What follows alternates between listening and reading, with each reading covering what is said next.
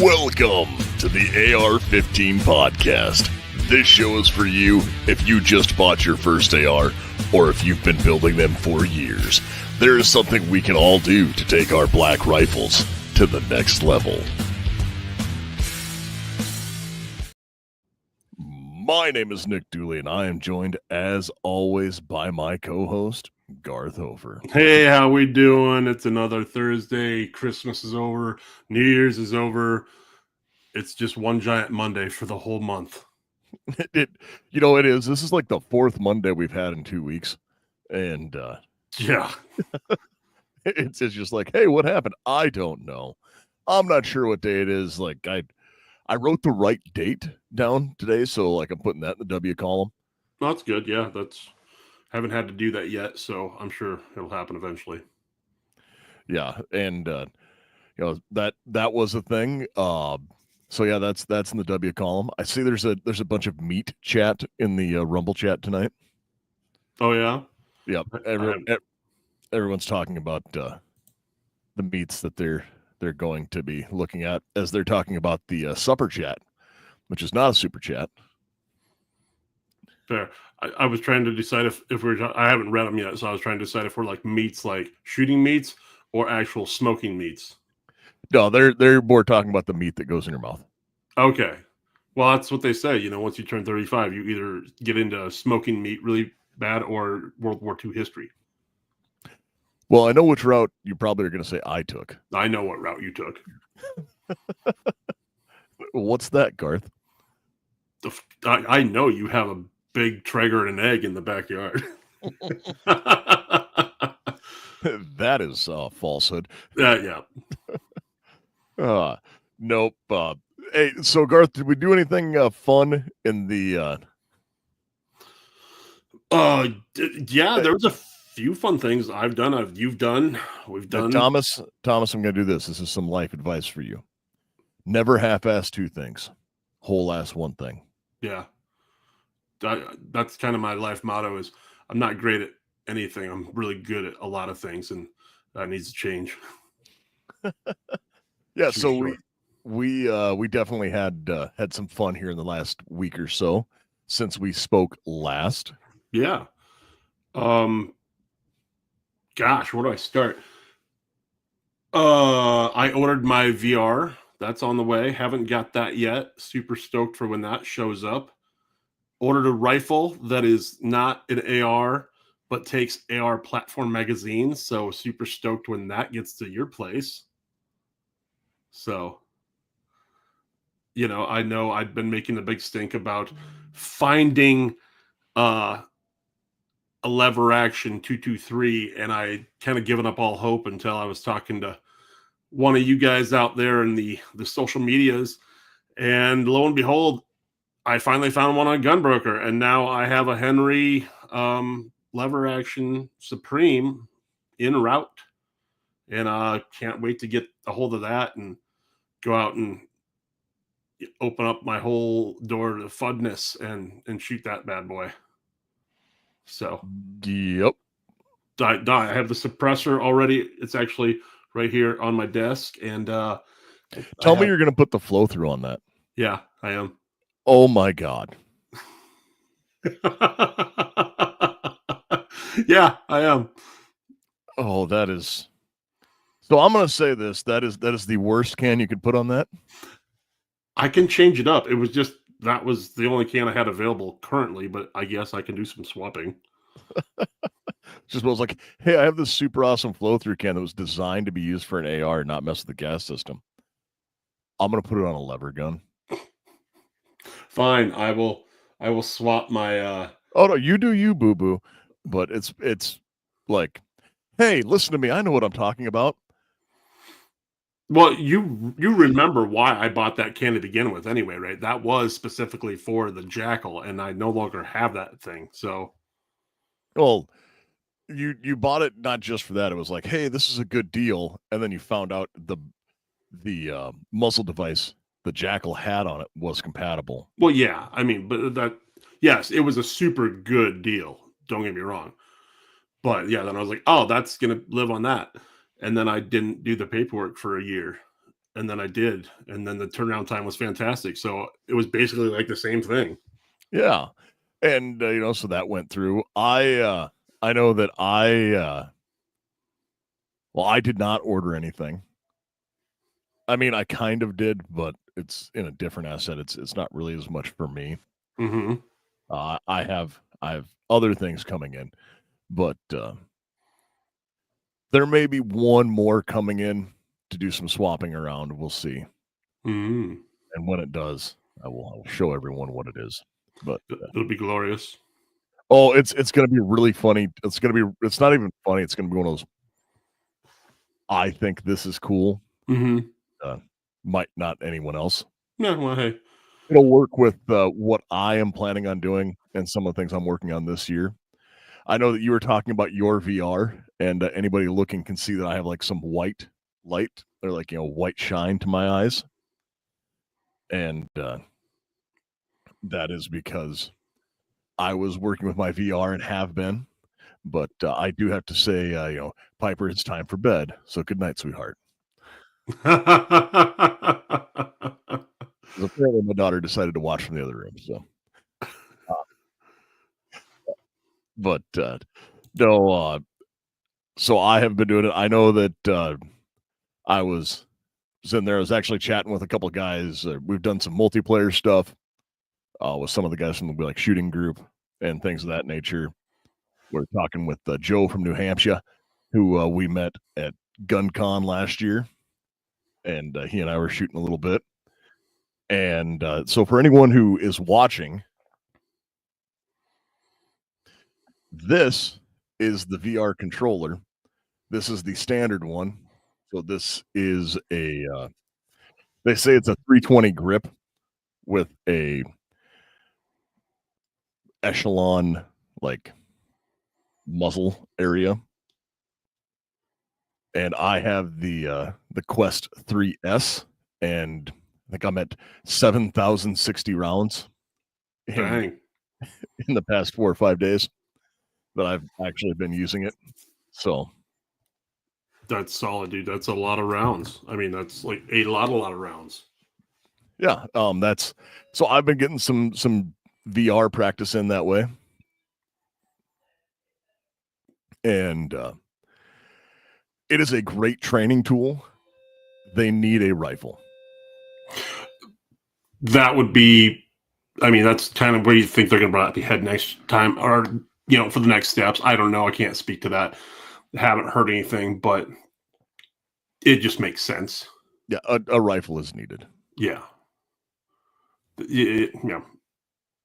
Again, I can't speak to it because I jumped on and ordered it and got the whole thing set up and then browsed the website for a few quick moments just because I knew I'd shot the system already. But yeah, it just makes sense that would be the next thing. And that kind of leads into the whole topic of tonight is next things. Well, it does, but we also did a little hunting this last weekend. Did we though? Well, we did because it's called hunting, not getting. So, and there was a pheasant. There was a pheasant shot at, and there was a rabbit shot, and we didn't hunt that hard. We more just went for a wander with a gun. That's a walk with a gun is the best way to describe what we did. Yep. And you got to hear some wonderful conversation between my lovely daughter and I.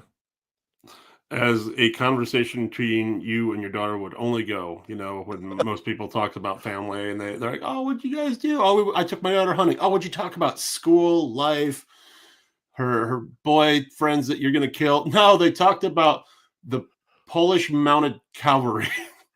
Yeah. Yeah. Winged Hussars. Those things. We talked about that and what was going on with that. Those are things. And that's, welcome to my life. And it wasn't something that I brought up either. I would like. No, it actually wasn't. And that's what really, it was like, the hell did she just say? And then I got a history lesson about something I didn't care about. But hey, if that's your thing, I'm not there to knock it, dude. It's good. You're like, what? It's like, oh yeah, we're doing this. And then like. There was one of them and now there's two of them. Yeah, weird. It works great. So we did that. We had Mike from Let's Go Hunt Up, and we did a little bird hunting. Didn't have a lot of luck. It was just kind of a bad year in my area for birds.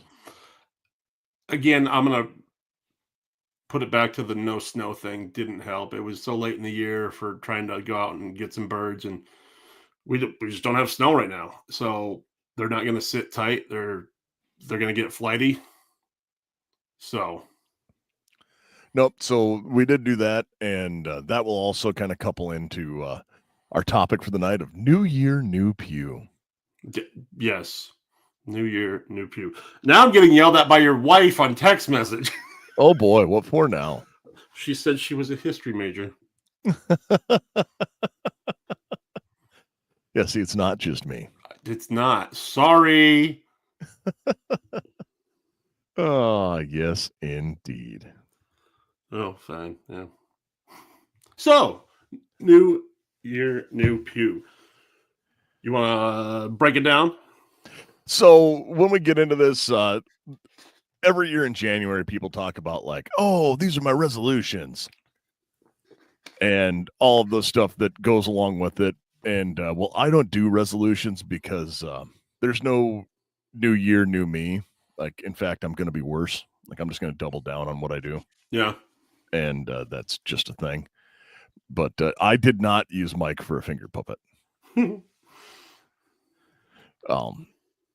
But those are, so we're going to get into kind of some goals and things we would like to do, like to see and maybe get for the year. Like, what are our goals? Where do we think the industry's going? And what are some things that we would like to see or like to do ourselves? That's, yeah.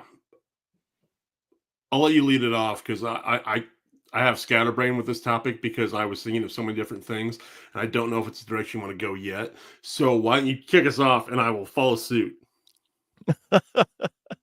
No, so when we get into this, I have a couple things, like you can call them goals or anything like that.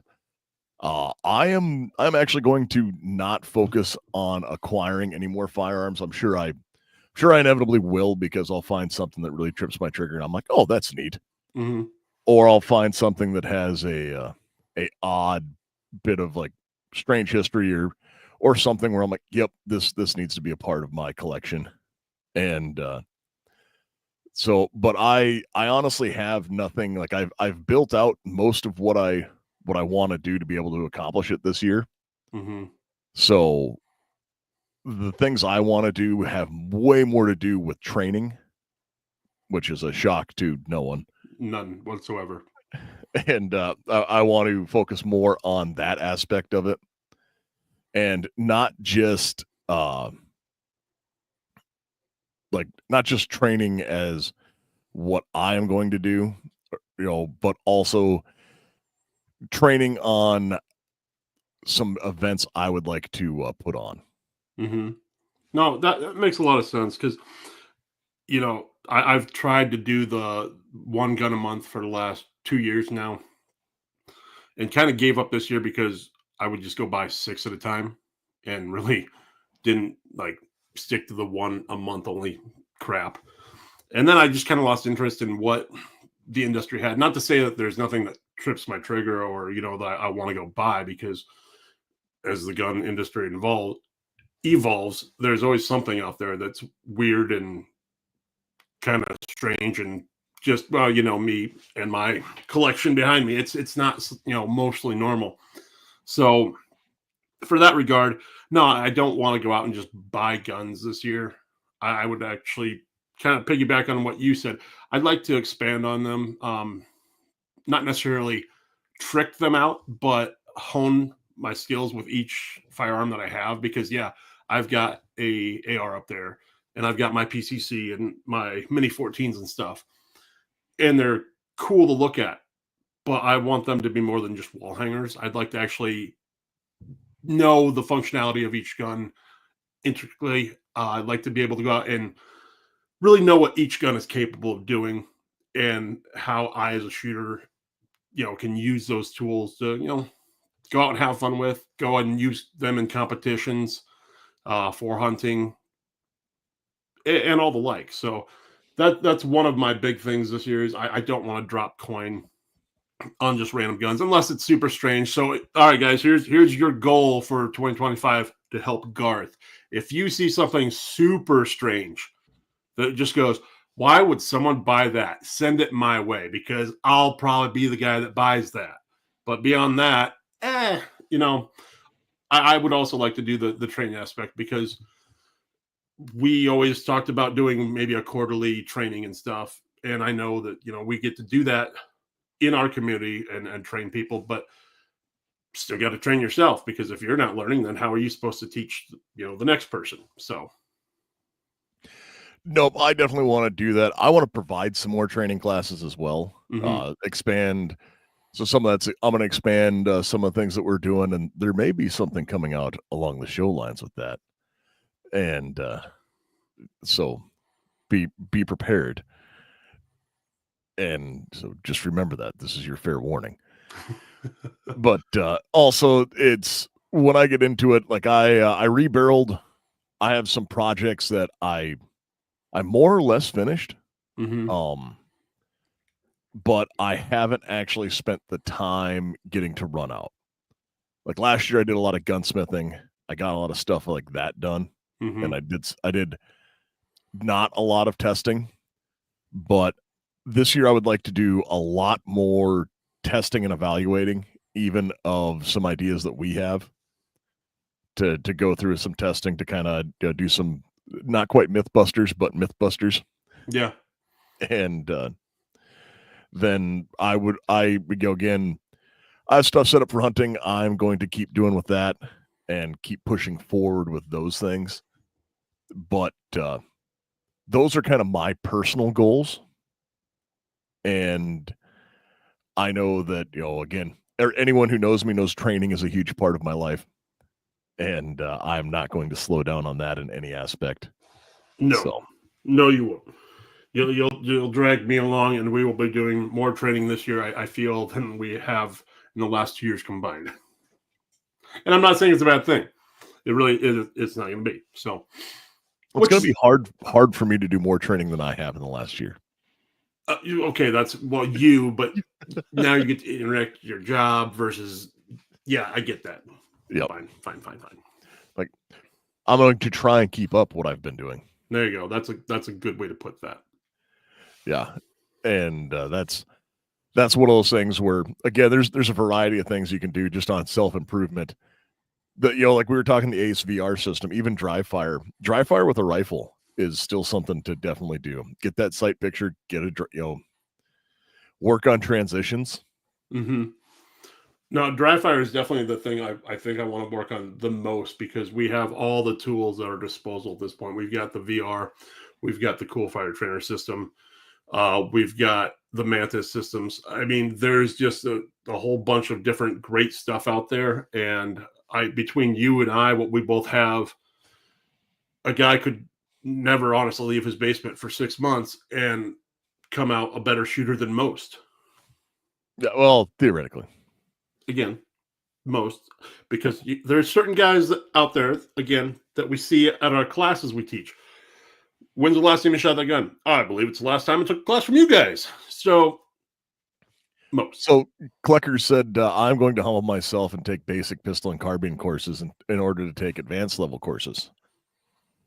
So I know that Klecker, we met you last summer and we've talked. So you may have not heard me go on this rant before. I do it about once or twice a year. So we may as well start it now. I've taken all manner of courses. And I think my favorite courses to take are the basic. Like going back and doing that, like Carbine 1. I thoroughly enjoy taking those classes. One, because I like watching in other instructors, and I learn things. Sometimes I learn like how to teach something better to somebody that's a new shooter. Sometimes I learn how to totally not do something because I'm like, that is a terrible idea. But you're never too good to go back and rework on the basics.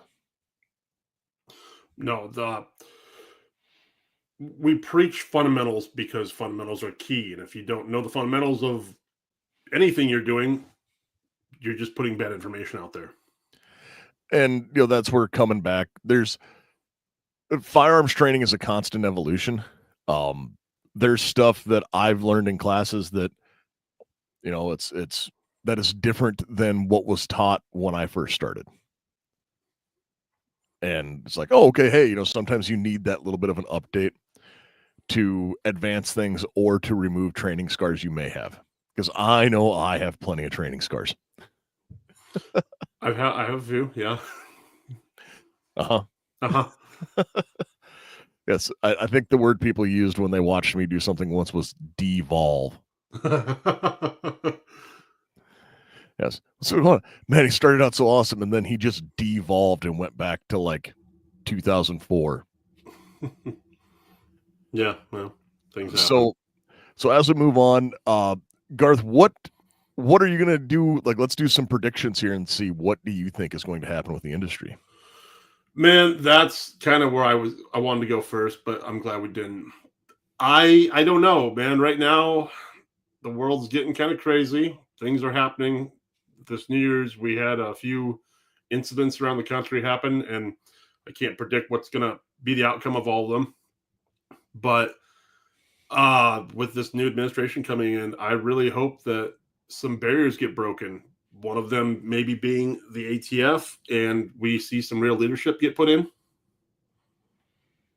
I'm just saying that would be kind of nice to some suppressor laws, would go away. I don't know if that's ever going to happen. That's wishful thinking. That's something I would love just to see, because this whole idea of getting a can in 2 weeks was really cool. And it'd be even cooler if it was just over the counter, but that's hopeful wishful thinking, which I know is never going to happen. Yep. I'm not going to say never, but there are a number of people who make money on having a boogeyman. Oh, yeah, I totally get it. But if we're just being hopeful about what you want to see the industry go, that's kind of where I'd like to see it go in that regard. But as far as like actual products and stuff, man, and then this kind of relates back to what guns would I like to purchase, what I want to see, evolve into something greater. I don't know, because I was having this conversation the other day with a few guys. Where is the industry going right now? I mean, lever actions were the hotness for the last 2 years. 10 millimeter came out in force for the last few as well. You've got 5.7 going on a crazy bend. John, thank you for showing up. I just remembered there's something in the email that you wanted answered, I think, unless we didn't answer. Did we answer that a couple weeks ago? I don't know. I'll find it in the email. I'll send it to you, Nick. Sorry, sidetracked. ADD. I didn't take my ADD pill today, so I'm all over the board. My TISM is at 100 right now. Okay, anyways, back to your story, Garth. But yeah, I want to see more innovation. And I know that's being really vague, but we've got a plethora of AR companies out there that are building, and they're just doing basically all the same thing. There's a few guys out there that are really changing, like Wraithworks. They do something different, and it's neat, and it's the best word to describe it is different, and it's a good thing. I mean, lighter guns, going with part plastic builds or composite builds. You've got the True Value ammo, which is crazy expensive. True Velocity. Thank you. True Velocity ammo, insanely expensive. Love the idea behind the whole concept of it. Could we see a cheaper variant of that somewhere else with a different company? Do we see a spike in new ammunition companies? Probably not as well, because I know what's going on in that realm as well. But who is going to be the next hot thing that everyone's going to go, that's what I have to have? And I don't know yet. So in looking at this, I know that in looking at like media coverage of things and things we've been sent and looking at and people are leaking prior to SHOT Show. you're not seeing a lot come out right now. You're seeing some, like there's some AR adjacent stuff coming out. Like CZ is bringing the Bren 3 to the U.S. shores. And an updated version of the Bren, guys, the Bren really is a sleeper gun. Like, they're pretty awesome. HK announcing they're actually going to start producing, like, HK USA might not hate you as much, but HK boys are still really weird. And they're going to start producing, like, pretty much the 416 in America. So they're piston driven rifle and be selling that to the civilian market. We're seeing updated versions of older guns come out, which is good because that's part of how innovation drives. I know that the last time the Trump administration was in power, we saw what the industry noted as the Trump slump.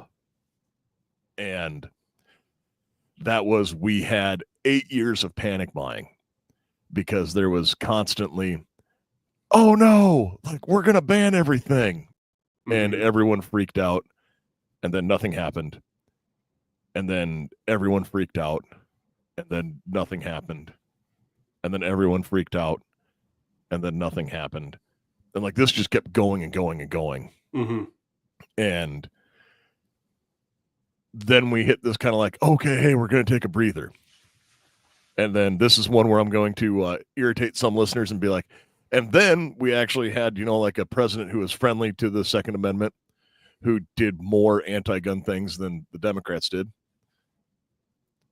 Bump stocks, which, yes, bump stocks are dumb, but you can't executive order them away and, change tax laws and things of that nature by fiat and proxy. And that's a thing. So I'm like, yeah, I get it. Like everyone was really scared of everything, but this guy actually didn't help.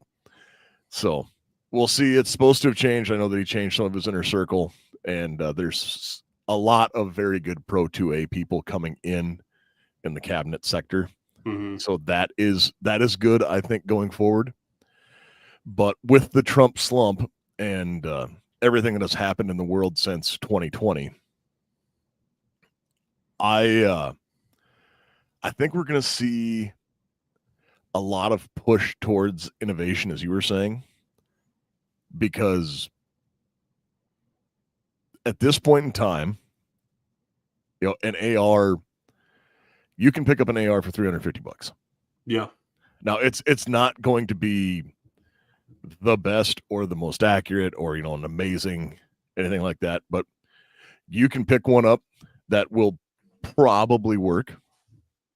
And there's companies that you maybe shouldn't look at, Bear Creek, and don't pick one of those up. But there's, I think we're going to see more stuff going with that. And as AR Drew says here, see the aftermarket embrace the Ruger RXM and make a good grip module. Okay, so that is where I'm saying you're seeing innovation happen on existing platforms and people really driving forward with it, where we can work on and innovate and change up where things are. And I think that is where we're going to see a lot of the industry going. No, actually, that one kind of escapes my mind, but it really is. And again, I still haven't got the whole one, so jury's still out if I'll actually dig it or not. But the whole concept of just having the drop-in on a Glock platform-ish gun, even though it's not a Glock, and then to concept our favorite handgun now with SIG, in a sense, maybe it's copying a little bit, but how crazy do you go outside the lines before you start blending company lines, in a sense? Oh, you've already had that because like Springfield did it with the Echelon. I want to say there's an IWI that does it.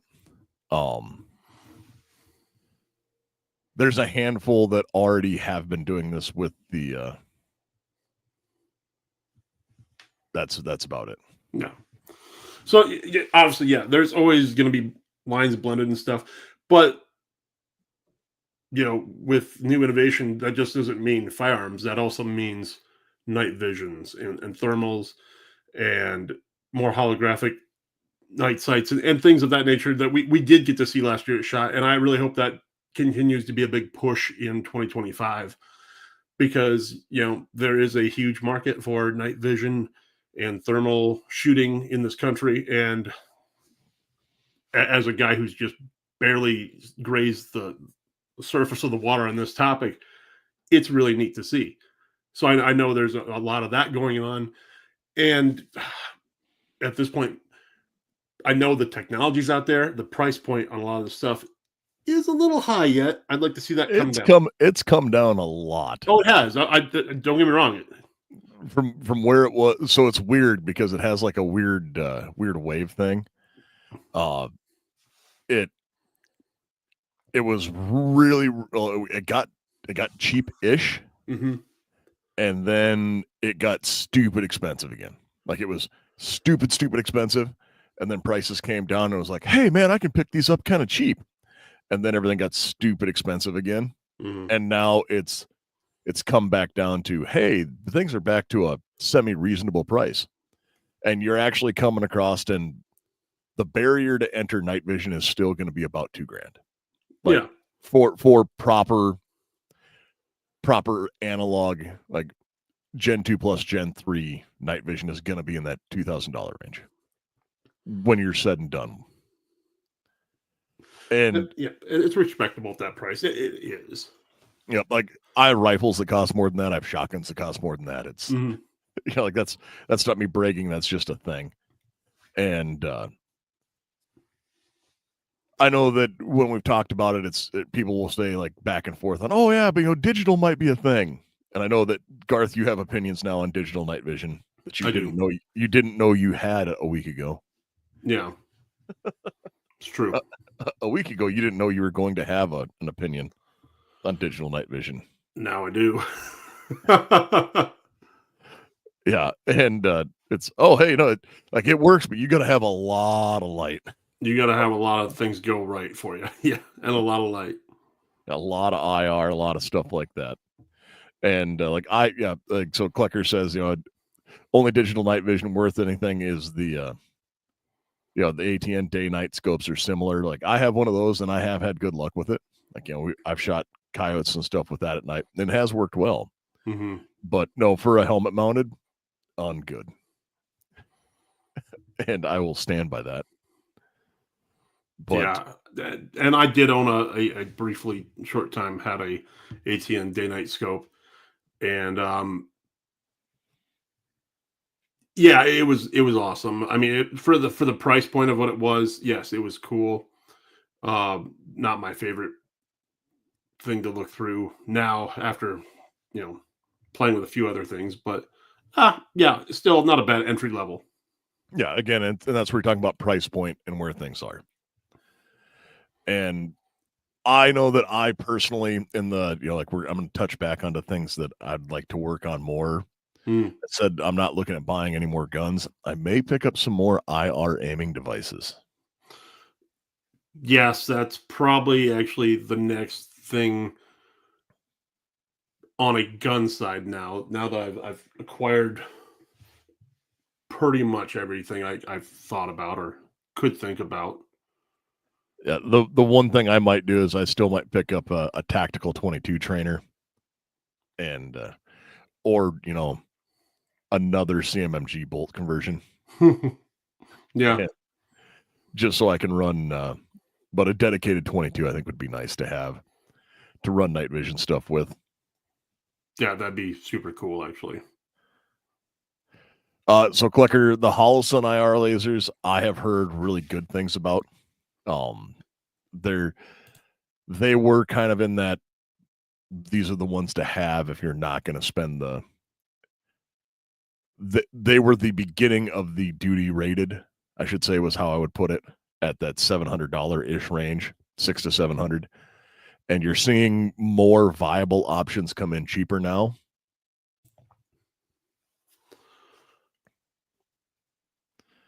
Yeah, Tippmann's okay too. I've heard of a few good things out of him. Yep. But No, as we keep going here, I think we're gonna see more. Like, I know that the goons out stuff is starting to, because moons out, goons out, like night vision was the everyone had to have it Mm-hmm. like 5 years ago. That was the big thing, is you wanted your picture with a helmet and nods, and doing everything for the gram, and then tactical lever actions were kind of the thing, and then the ranch rifle craze Mm-hmm. was also kind of the thing. So you're seeing this come back to full circle, and I think GP rifles are going to be back on the menu. Okay. Any thoughts to why, or just like you just got the gut feeling? Part of it's a gut feeling, but also the GP rifle is some of it is, I'm seeing some people start talking about it, and you're starting to see a lot more people talk about, with the training people were doing, and this training, like, I hate the word influencer, but other people on YouTube and creators were doing, where they were posting about it in their content. Mm-hmm.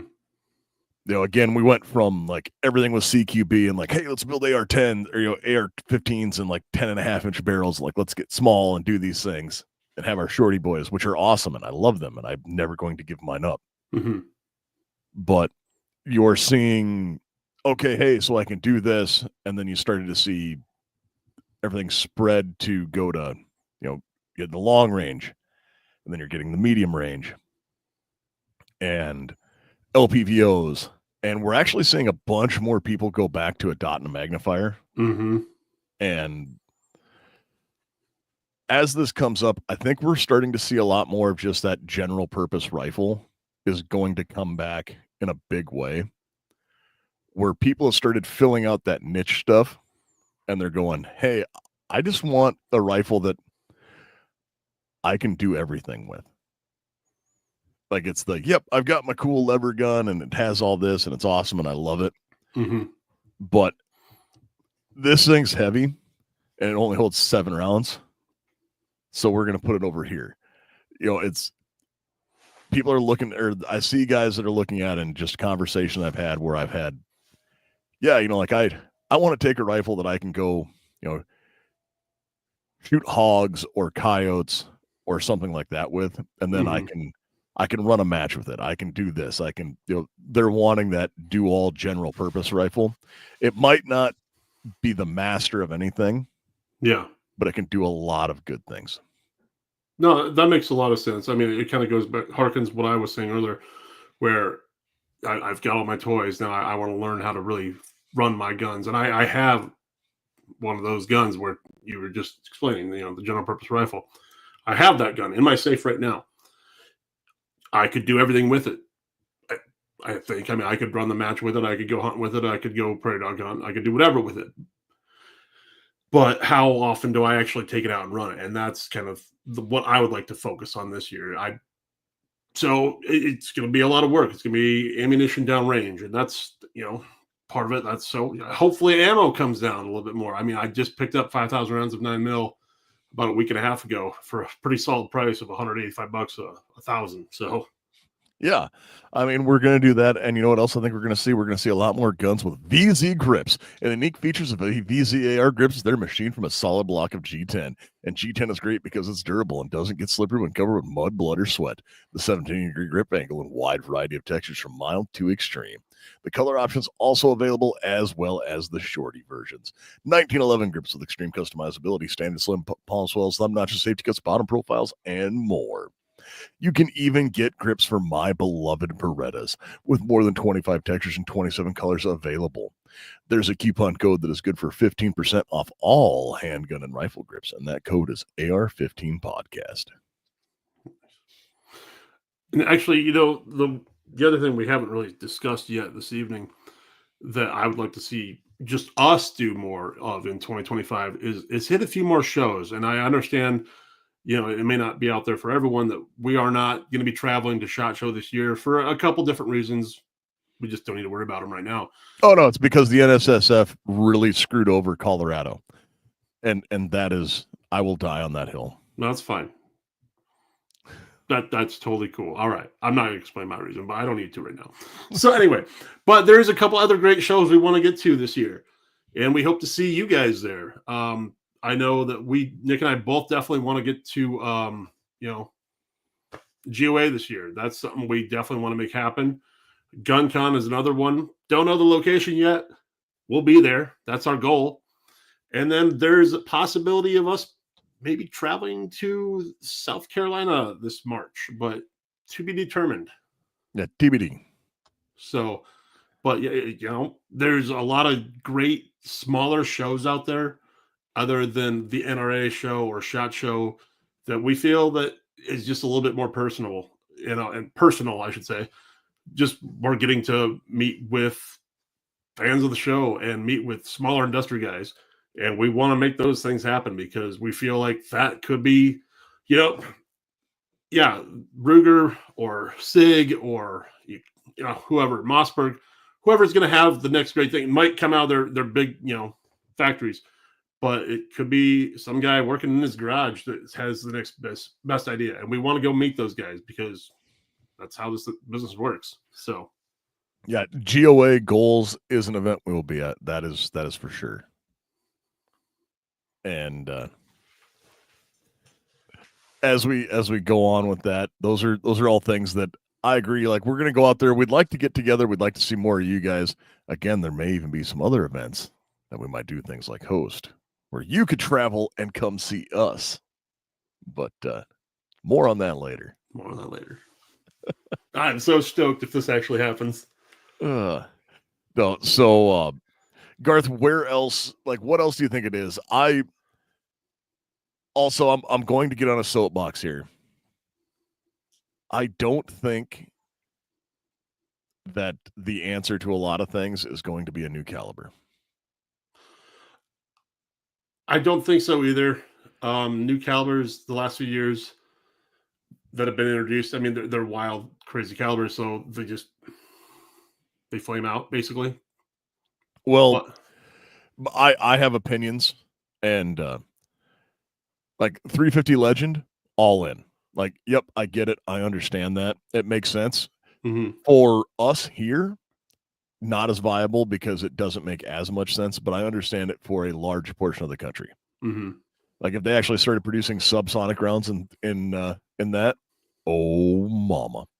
But no, I think this is one more prediction I'm going to give for the year. Okay. There will be some new bullshit 22 to go into an AR conversion or AR platform. And it's going to be called the 22 Foxtrot Alpha Golf. And I'll wait for Garth to get that. Yeah. And I just say that because I know that, first was 22 Nosler. And it's going to kill the 22-250. Man, this thing's going to be awesome. And then it didn't. And then was 22 Valkyrie. And then that went the way of the dodo as well. And then we had another one come, and we keep having these new contenders come up. Mm-hmm. And now we're at...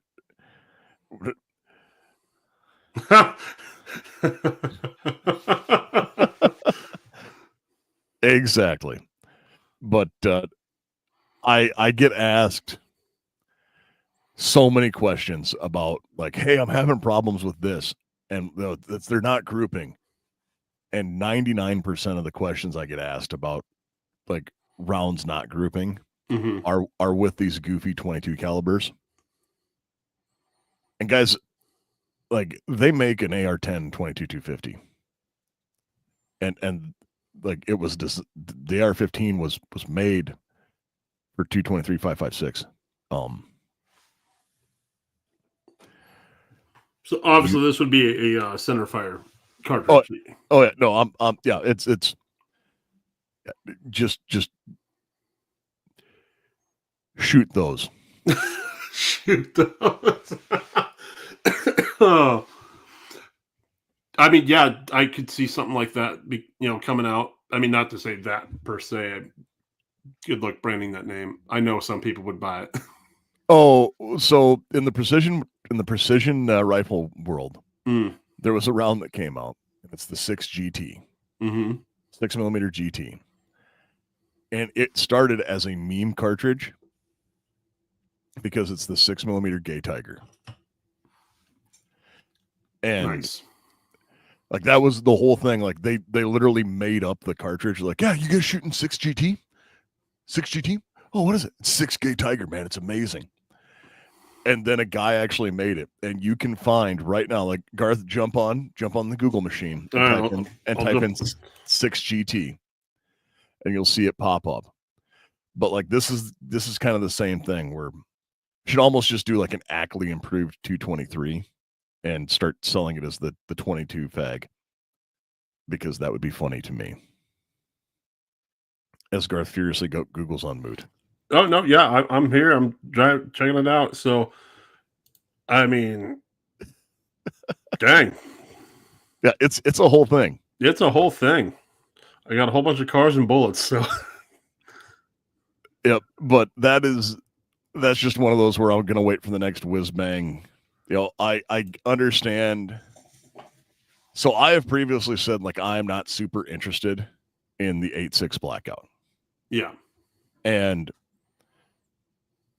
I'm still not going to rush out and buy one, but I do understand the concept of it more now after I looked at it from a physics point of view. mm-hmm. So for anyone who has now just been like, oh boy, here he goes. The reason why the 8.6 blackout is interesting is because they figured out how to store energy Yes. and go subsonic. So with the rounds they're shooting, they have such an extreme barrel twist that when it comes out, it still gets hydrostatic shock, but not from the speed of the round, from the rotational force of the bullet hitting. Okay. So like they figured that out, and I'm like, okay, now that's kind of neat. Also, not for me, because well, yes, I understand it's made to be shot, it's subsonic. And I see Vince said it. Yes, thank you. Someone else said it. And but no, this is that's understanding where it is, like, okay, this is interesting, and like I can see it great for hogs or like a use case. Like I have a 300 blackout. Yep, we've used it for deer, and I've taken hogs with it and stuff like that. But Mm-hmm. it's fun to shoot suppressed, but 99.9% of the time it sits in the back of the safe because I'm not going to use it. I shoot primarily, 2 calibers. Well, 4 really. No, I was gonna say 3. So, Well, I threw 12 gauge in there too. oh, okay, all right. Because I shoot 9, 223, 6.5 Creedmoor, and 12 gauge. No, then I'd throw 5 in there because I was gonna say 308 too. I haven't shot near as much 308 since I converted the gas gun. But those are things I want to do. I think you're going to see a lot more people working with what they have, and at least that's what I hope to see. Well, that's kind of what I was thinking too. Like, I don't think there's gonna be a new hotness cartridge coming out, so I think they're gonna double down on existing caliber.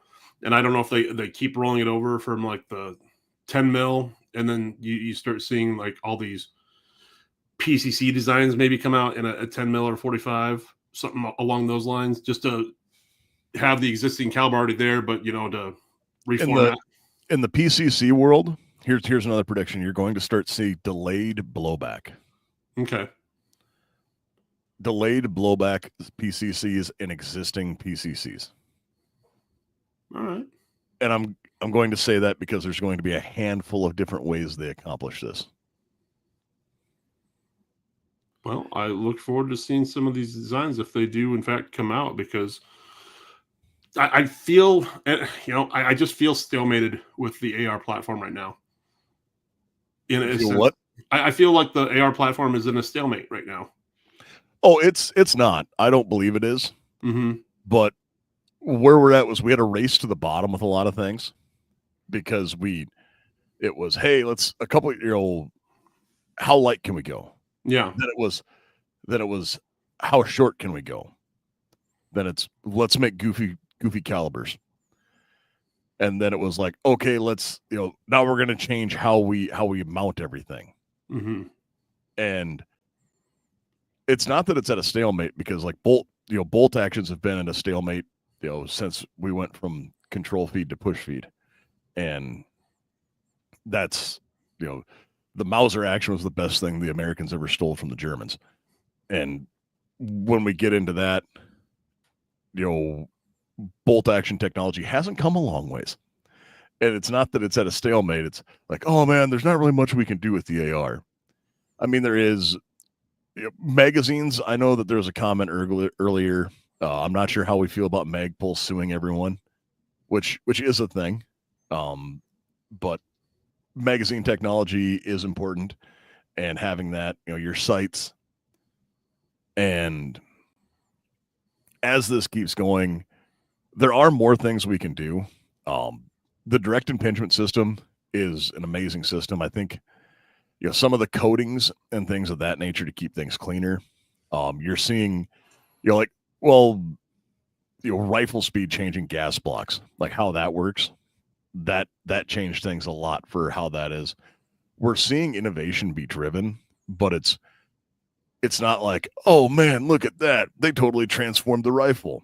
It's you make this tweak and go, oh, that made things like that fixed 7 issues. Yeah, Like it's not cosmetic changes; it's mechanical changes. So when you look at the gun, you go, "Holy shit! Did you see what they did?" I went, "No, because I can't see it." yeah, you're going, I think we're at a stalemate, and I'm like, oh no, man, this is amazing. So, and perhaps that's how I just, and that's why we are two sides of the coin on this show, baby. Garth's like, well, I'm bored. I'm going to look at pretty things. Yeah. And I'm over here going like, oh, hey, look at this. These guys use 2 ball bearings with springs behind them to slow down bolt speed. Yeah, that's 100% what it is. But no, as we keep going, I think we're going to see some more of that. I think we're going to see things be driven that way because competition is going to be a thing. You're starting to see more people get into it. There are going to be people who want to shoot more accurate faster. Suppressor technology, I think, is going to change a lot as well. You're seeing more and more low back pressure and flow through designs, and that's a good thing. Actually, that's probably the one thing I think we're going to see the most of. We're going to see more suppressor ready or like tunable guns that run better suppressed coming out than not. That would not hurt my feelings in the least. I remember when, over the last 8 years or so, guy to buy a gun. Was it suppressor ready? Is it suppressor ready? I got to go threaded. It's not suppressor ready. Now every gun is almost, every gun out there is nearly suppressor ready. And not only that, but like you're saying, now they're almost tuned to that certain suppressor. Well, no, you might want to buy this one because it pairs nicely with this. So I think we're going to see a lot more tech coming with that. And I'm excited to work on that. I know that I've seen some interesting designs being bandied about by people. And some of that's coming from the maker space, like guys 3D printing and kind of pushing the development and seeing where they can go where, hey, we can do this. And now, these things are getting down into a more reliable and realistic level that a lot of this is coming to fruition where you could do things they could only dream of 10 years ago. Oh, I agree.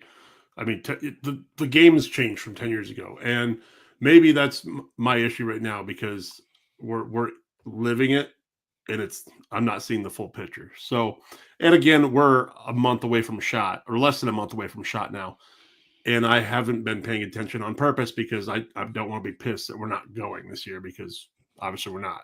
And there's some cool things I wanted to look at, but there'll be another one.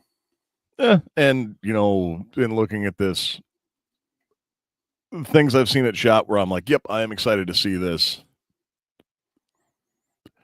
I get way more excited to see people at SHOT Show. Oh, I do too. I mean, it is fun to go see all our friends there and put up, with their shenanigans and vice versa. I think it's way more on the Versa. Oh, way more on the Versa. Way more on the Versa, yes. Way more on the, okay, we're putting up with those guys. Oh, yeah, 100%. And it's really not you. It's me and Jacob. Yes, it is. I live my truth, man. But speaking of, oh no, Nick, are you there? Did I freeze? Did you freeze? I don't want to be talking over you, but I'm going to talk over you. Nicholas, come back to me.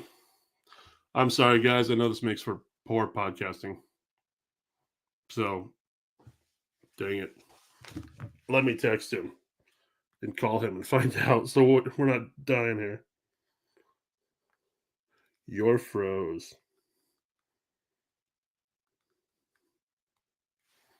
We'll find out together. But no, guys. And I'm back. You're back finally. Yay. All right. We'll see how long that lasted and if you just completely locked up. Were you locked up or was I locked up? 7. Oh, good. We both were. I don't know if you were or not. I know that I black screened. Oh, you black screen? Okay, I wasn't sure. Frozen Nick, thanks, Andrew. Appreciates that. But now I suppose we better get back on track and talk about pretty things, Nick, because I like pretty things. I like looking at pretty things. And one of the favorite things I like to look at that are pretty are Lady Liberty from Patriot Patch. PatriotPatch.co, guys. Check out Patriot Patch. Go to their website. Go see Jake. They have the Patch of the Month Club. They have the mats we use as mouse pads, keyboard pads. They have tin signs like the one on the wall behind me. They have pop culture patches, movie patches. They have all the patches. They have t-shirts and stickers as well. I know they do because I've looked into it. I don't like to argue people that they don't have t-shirts anymore because they do. They're just not barbecue sexy size. But anyway, go check out Patriot Patch, patriotpatch.co. That is right. And Garth, do you have anything more to add tonight before we... No, I don't. I'm super stoked for 2025. Really, we are, guys, because we want to put out a ton more content for you guys. We're starting to slowly build our Instagram and Facebook, so check them out frequently. We're getting a lot more invested, a lot more involved. Like Nick said, we've got some things down the road that we're going to try to do this winter yet. Someone's even getting into video editing. I am getting into video editing, and I like it. It is fun. So we're going to try to do a few things like that. And again, start looking at some of these conferences. I'm going to call them conferences, gun shows. I don't know what the proper term is. That's what events. Events. That's a good term. Yeah, let's go to that event. Look at me with words and things. I am a poet that is not. So, yeah, go check out one of these events that we're looking at because we'd like to see you guys there. We'd like to hang out. We'd like to buy you a beer or vice versa. More the versa. Oh, I've created a monster with saying that. It's going to be a shirt. It probably is. But as we go through with this, I know that, I know it would be great if GunCon was in a better location like South Dakota. Because it's better than Iowa. Way better than Iowa. So as we keep going, guys, remember that while we are all in a new year and we're all looking forward and hoping for new and good things, we need to be realistic and realize that, no matter what happens, we've seen in the past week, tragedy can strike anywhere.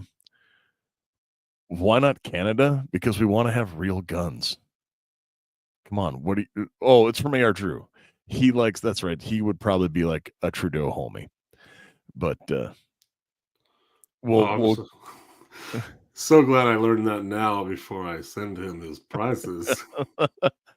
Uh, but as we go through here, you guys, you know what I'm about to say, and that is no one is coming to save you. You are on your own. Expect to self-rescue. Guys, go out, get training, get medical training, learn to use the tools you already have. And you folks out there, you stay safe and stay armed.